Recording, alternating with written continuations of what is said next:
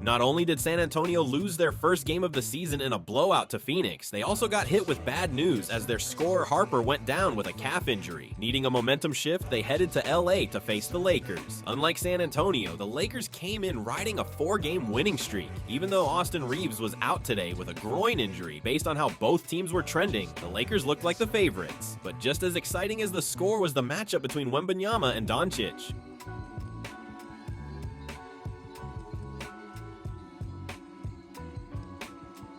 Wemby had looked quiet last game after getting trapped by double teams, but today he started off strong with a putback right after an aggressive shot. Doncic, who struggled with his shot last game, knocked down a 3 early too, but his jumper still looked pretty inconsistent at times. Then Marcus Smart's reckless defense got called for a flagrant foul, and that early momentum swing helped San Antonio take the lead. Barnes doesn't go for the fake. Ayton tries to go at Wemby, turns, shot blocks, wanted out of bounds. Talk up. In the battle of top picks, Wemby casually blocked Ayton's shot. Even if he looked a bit wobbly, he's still one of the best shot blockers out there. Doncic did his part volume-wise, even if he wasn't super efficient. Julian Champagnie was hot early, giving San Antonio a solid boost. They stayed ahead thanks to Wemby's defensive impact, even if it didn't show up on the stat sheet. Honestly, just shooting near Wemby feels like a challenge. Later, Jeremy Sochan finally made his season debut for San Antonio, and Kelly Olynyk, who subbed in too, played solid defense on Doncic. But after a rough start, Doncic connected on an alley-oop with Hayes, then made a clean block on defense too. Showing off his soft hands, even if it didn't count in the stats.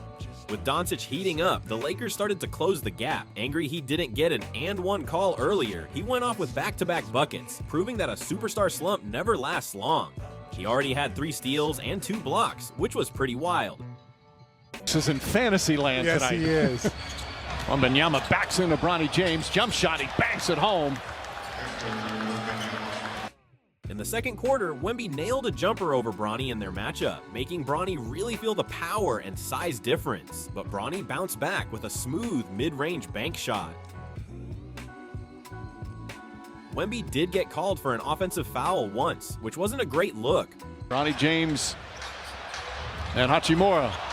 Wembanyama! But he quickly made up for it with a fake and a monster slam. Poor Bronny ended up just a background character in that play too.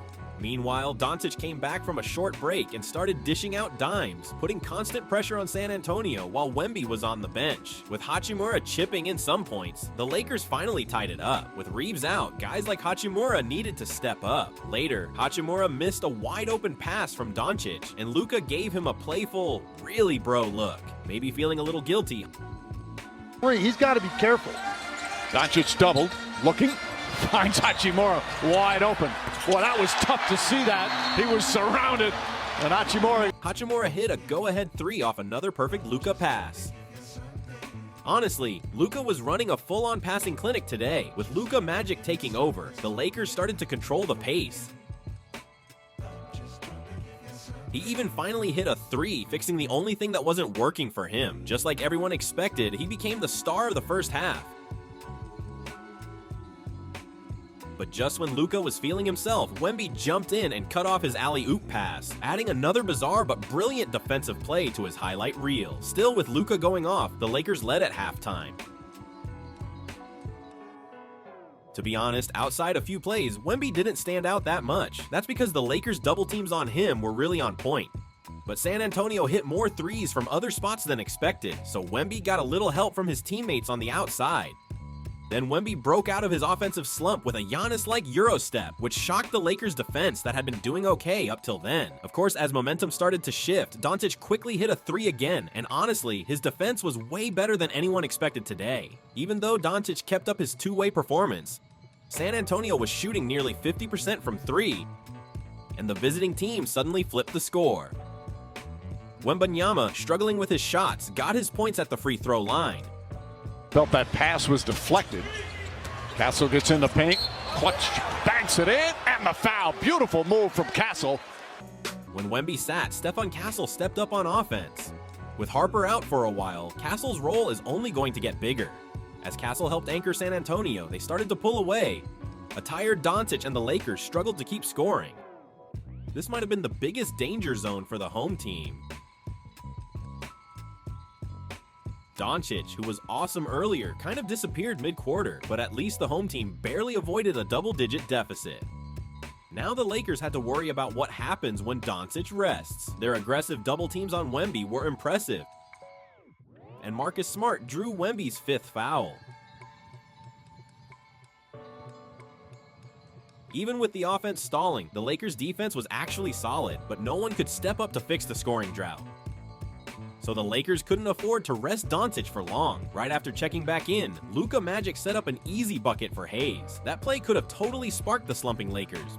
But sadly, Doncic made a mistake on the very next possession.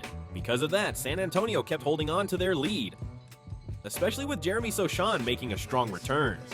Felt like the exact guy San Antonio needed came back. Sochan even knocked down a corner 3 the Lakers left open, making a statement before the season's even fully started. But as expected, the paint got soft without Wemby in there, and Doncic, being a basketball IQ master, took full advantage. So San Antonio brought Wemby back in, even with foul trouble, and Rui Hachimura, quiet most of the second half, nailed a clutch 3 that helped the Lakers make it a close game again.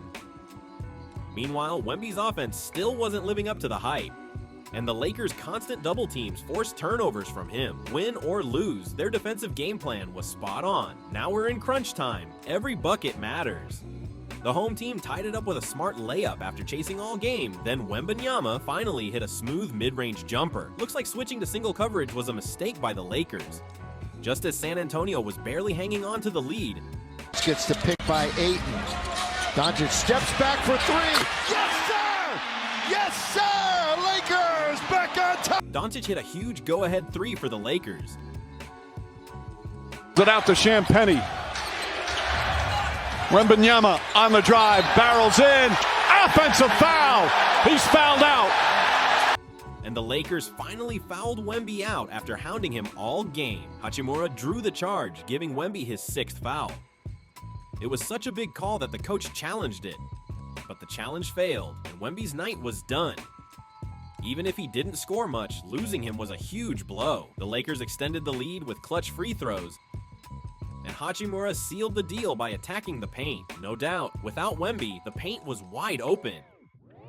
Just when it seemed like the Lakers had it in the bag, Smart made a huge mistake instead of just making the safe pass. He stepped on the line during the inbound pass.